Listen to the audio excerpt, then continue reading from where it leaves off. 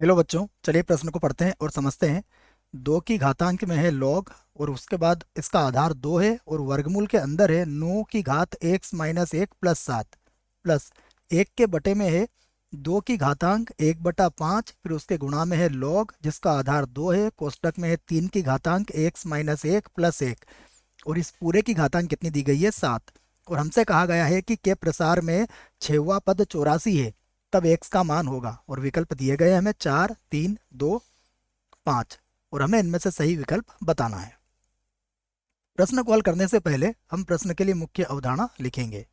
तो मुख्य अवधारणा जिसकी सहायता से इस प्रश्न को हल किया जाएगा। मुख्य अवधारणा में हम सबसे पहले द्विपद प्रसार में व्यापक पद लिखेंगे। तो हम जानते हैं a+b की घात n के प्रसार में a+b की घात n के प्रसार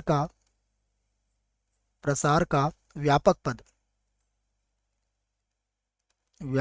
पद।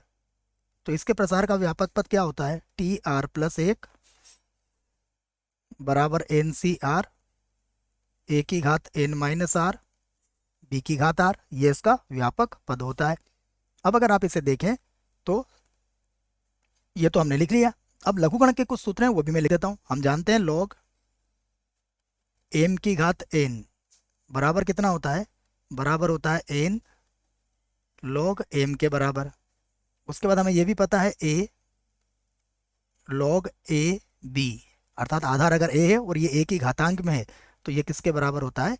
b के बराबर होता है। तो ये कुछ सूत्र है जिनका प्रयोग हम यहाँ पर करेंगे। अब हम चलते हैं प्रश्न की ओर। प्रश्न को मैं लिख लेता हूँ बड़ा कोष्टक लगा के। तो बड़ा कोष्टक लगाएंगे। सबसे पहले ये 2 की घातांक में है log, तो 2 की घातांक में लिखा हमने log जिसका आधार कितना है? 2 है। और उसके बाद वर्गमूल के अंदर है, तो वर्गमूल के अंदर है 9 की घात x-1, 9 की घातांक x-1 और फिर कितना है? +7, प्लस लिखा हमने 7, ये वर्गमूल के अंदर है। उसके बाद प्लस का चिन्ह लगाऊंगा।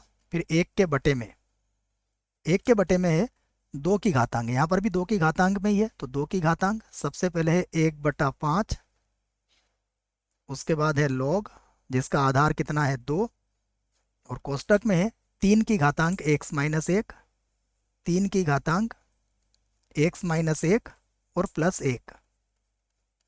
ये हमने पूरा सवाल लिख लिया है और पूरे की घातांक कितनी है? यहाँ पर 7 है। हम इसको एक बार और लिख लेते हैं। देखो 2 से log 2 हट जाएगा तो वर्गमूल के अंदर क्या बचेगा? वर्गमूल के अंदर होगा 9 की घातांक x-1 + 7 और +1 यहाँ देखिए 1/5 इसकी घातांक में चला जाएगा तो इस 2 से log 2 हट जाएगा, यूँ कह सकते हैं आप। तो ये हो जाएगा 3 की घातांक x-1 और पूरे की घातांक कितनी हो जाएगी?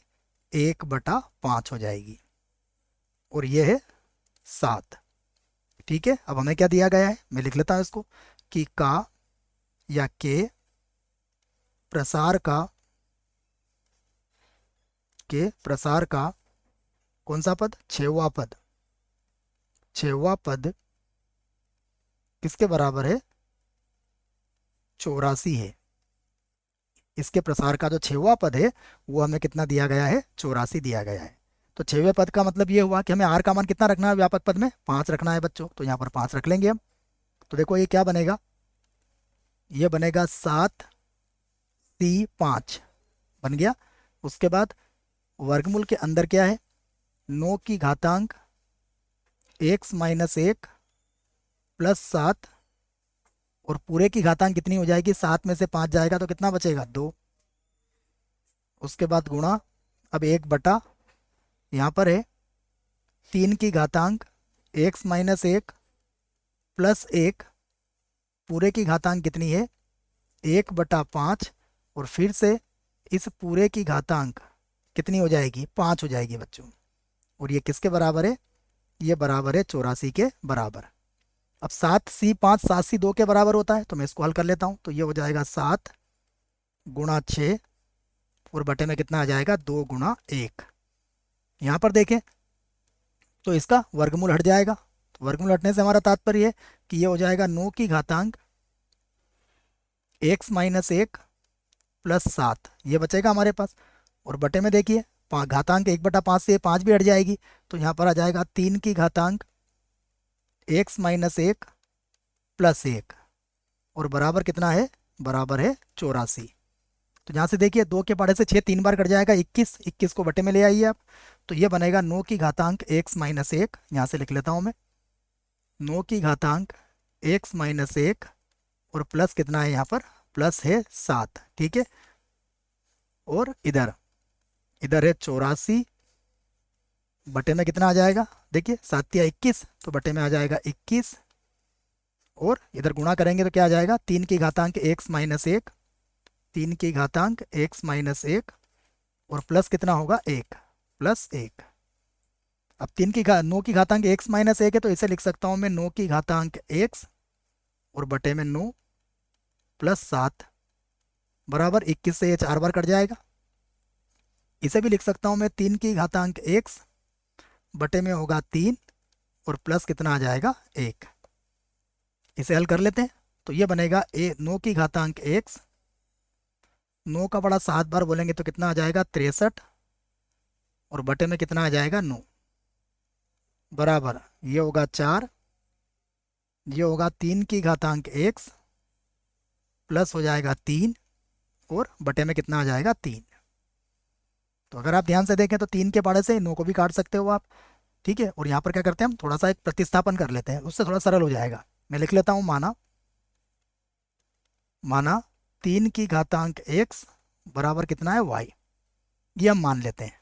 तो उससे क्या होगा, देखो 9 की घातांक x क्या बन जाएगा, ये बन जाएगा y की घातांक 2, यहाँ पर हो जाएगा 63, 9 को इधर लाएंगे आप तो 36, 36 को 3 से काट देंगे तो 12, भारतीय 36, तो ये हो जाएगा 12, यहाँ पर हो जाएगा 3 की घातांक x जो y के बराबर है, और प्लस हो जाएगा 3, तो यहाँ पर होगा y की घातांक 2, माइनस का हो जाएगा 12y, और 3 को भी बराबर के इधर ले आते हैं, तो 36, तो 63 माइनस 36, 63 माइनस कर देंगे 36, ठीक है। 12y को इधर लेके आए गए हम, घटा लेते हैं। अगर 63 में से कितने घटाना है आपको, 36 घटाना है, तो देखो 13 में से 6 गए 7 बचा, उसके बाद 5 में से 3 गए 2 बचे, तो कितना आ गया आपका, ये आ गया 27, ठीक है। तो हम गुणनखंड कर लेंगे अब इसके हिसाब से। तो y की घात 2 बराबर, y की घात 2 बराबर कितना आ जाएगा, देखिए माइनस का 9y, लिख लेता हूँ मैं, 9 या 27 होगा, तो माइनस का 9y, और यहाँ हो जाएगा माइनस का 9 और 3 12, हाँ हो सकते हैं बच्चों, ठीक है। एक बार और देख लेते हैं इसको, तो कितना आया था, माइनस का 3y, ठीक है, 3y, 9 और 3 12 हो जाएगा बच्चों, और गुणा करने पर हमारा 27 भी आ जाएगा, ठीक है ना, इसलिए लिखा है मैंने, इसको गुणनखंड करना पड़ेंगे इसके हमें, ये लीजिए। और प्लस कितना है, प्लस का है 27, ठीक है, बराबर कितना है 0 प्लस 27 ही, एक बार देख सकते हैं आप, बिल्कुल प्लस का ही आएगा। यहाँ से y को कॉमन लिया आपने, तो ये होगा y माइनस का 9, माइनस का 3 कॉमन लेंगे, तो y माइनस का 9 बराबर 0, तो यहाँ से आ जाएगा y माइनस 9, और y माइनस का 3 बराबर कितना हो जाएगा 0।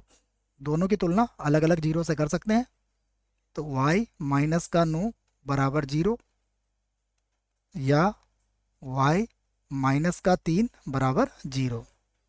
तो y बराबर कितना हो गया यहाँ पर 9, और यहाँ से y बराबर कितना हो गया 3। y किसके बराबर माना था हमने, ये माना था 3 की घातांक x के बराबर, इसको क्या लिख सकते हैं 3 की घातांक 2, या ये भी लिख देंगे 3 की घातांक x बराबर कितना हो जाएगा 3 की घातांक 1। तो यहाँ से x का मान कितना आया 2, या फिर यहाँ से x का मान कितना आया 1। तो ये 2 मान आए हैं हमारे, विकल्प देखते हैं कौन सा विकल्प सही होगा हमारे लिए।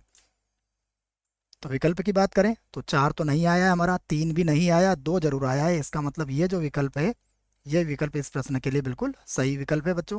आशा करता हूँ प्रश्न का उत्तर समझ में आया होगा। धन्यवाद।